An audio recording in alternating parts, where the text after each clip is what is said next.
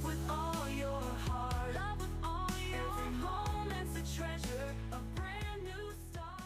Aren't you worried your audience is going to be distracted by your dumb filters? No, look at them. They're very smart people. If there's value in the video, they won't care about all that. Hopefully. Enjoy the show. Hi, Smarties. First, a question for you. What is your favorite alternative to a flashback? Now, how many times have you heard this? Show, don't tell. That is generally great advice. But guess what? We need both. As a reader, you're going to have a preference, whether you like action-driven or character-driven stories, or a mix of both, and whether you like nonstop action and dialogue, or you like when a writer slows things down to show us their character's history, and you're going to choose which styles are right for your book. Well, what if your story has characters that you really want the audience to understand? You want your readers to empathize with them, admire them, or maybe even fear them, and your characters have been through a lot, right?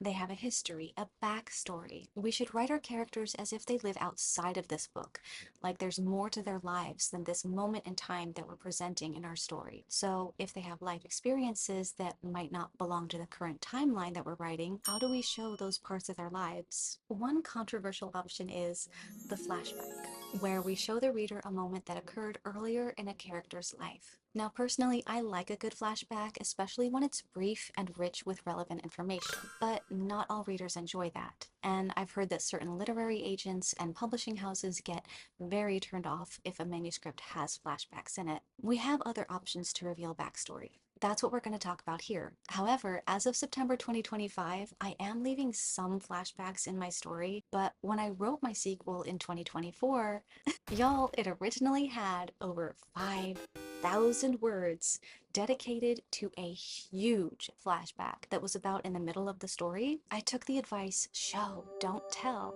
way too literally. I thought the only way to understand one of my characters was by essentially creating a tiny book within the book. How did I revise and get it down to less than half of that size? By following advice from professional editors and published authors. In this video, when I share advice from a specific person, I will credit them and put their website up here. Here are 9 ideas that have helped me to not overload my story with flashbacks. Number 1, one of my favorite techniques is recall, where we get a brief glimpse by memory. For example, someone sees a book, they recall when their parents read it to them, and then we learn something that happened in the past. Leah scanned the library shelves for a new adventure. Her purse bumped into Charlotte's Web.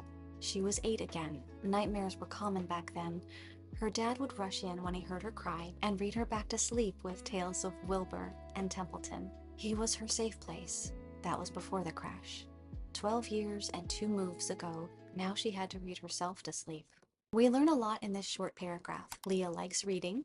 She's about 20 years old, and she's moved twice since losing her dad, whom she misses. I would have been tempted originally to write a long scene where she's 8 years old, she's crying, her dad rushes in to try to protect her, and he reads to her, and that doesn't work depending on what genre you're writing and the speed at which you need your plot to move. Number 2.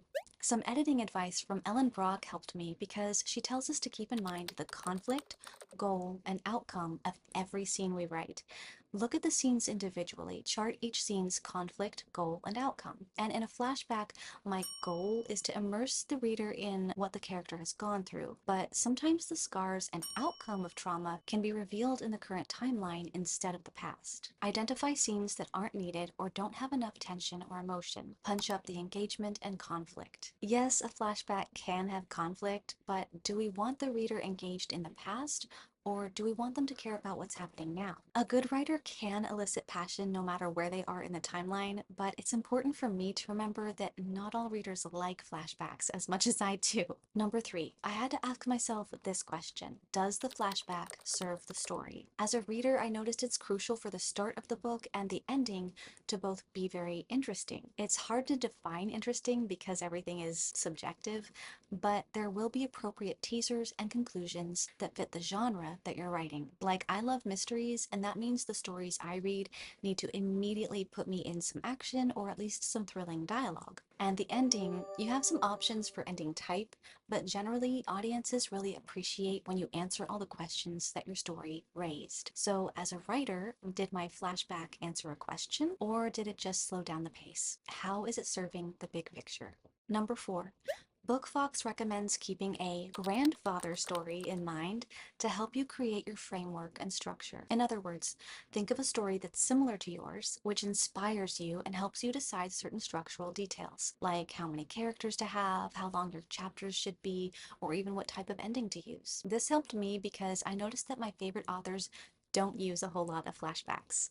They reveal their characters through dialogue, their interactions with others, quick exposition, and sometimes flashbacks, but they made them quick and show us only what's necessary instead of bringing the plot to a halt for too long. Number 5. New document.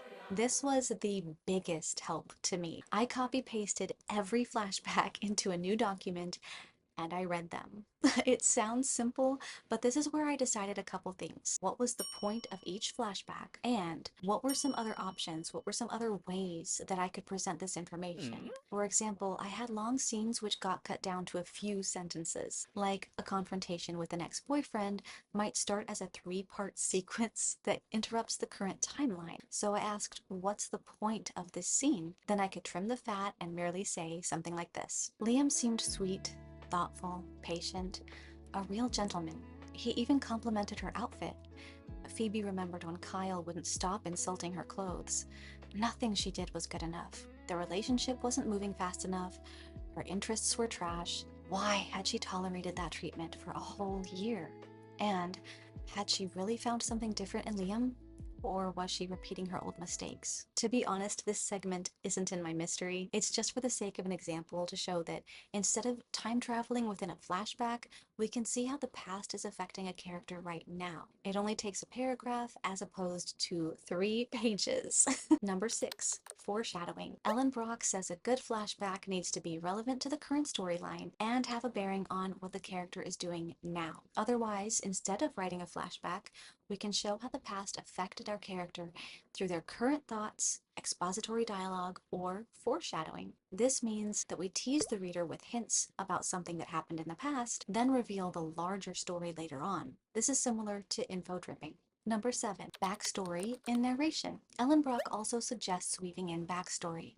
For example, a character may be about to do something nice for someone, and we learn why this act of kindness is important to her. Carrie checked the prices on the pet food aisle. The wish list from the Silver Angel Tree at church asked for 2 simple things, a case of soda and senior dog food. The face of that beautiful old golden retriever at the animal shelter last year flashed in her mind. The shelter director had said all they could do was keep the animal comfortable in the weeks leading up to his inevitable passing. His owners had given up on him when he was diagnosed with masticatory myositis. Carrie remembered petting his dry fur, pitying how he declined food. Watching him fade as his muscles atrophied without proper treatment had left a sting in her heart. She searched the aisle for the best brand, picking out a heavy bag of canine kidney care. Whichever nursing home resident requested senior dog food was about to get the best that Carrie could give.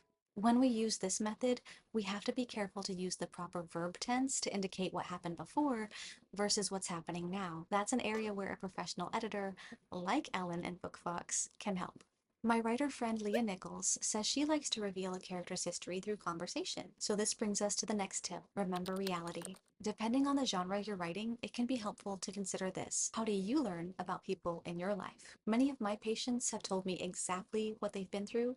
Sometimes their stories are meandering and long, while others are brief and give just enough detail for me to understand their attitudes and their choices. Now, so there are some things that certain people don't want to talk about. So when we write our characters, keep in mind who's talking. Would that character naturally divulge those personal details in a conversation, or do we need to utilize a different method? The final tip might sound too easy to be true, but it's this: learn from other writers. How did your favorite books make you care about the characters? How did they show you that the characters have established relationships or past experiences that are important to the current timeline? What character development methods did the writers employ? Did they show you diaries, important dates on calendars, traditions that certain characters have, family photos, a text from a friend, someone saying, "Remember when we wrote our initials in that wet cement by the old courthouse?" And then showing us those initials later on? How did your favorite stories reveal who the characters are on the inside and how they got that way? So, dear Smarties, what are your favorite alternatives to a flashback? For more writing fun, please check out my group podcast, the Drunken Fish Writers Group podcast. As we all know, compassion is love plus action. Thanks for watching and have a great day. Love with all your heart.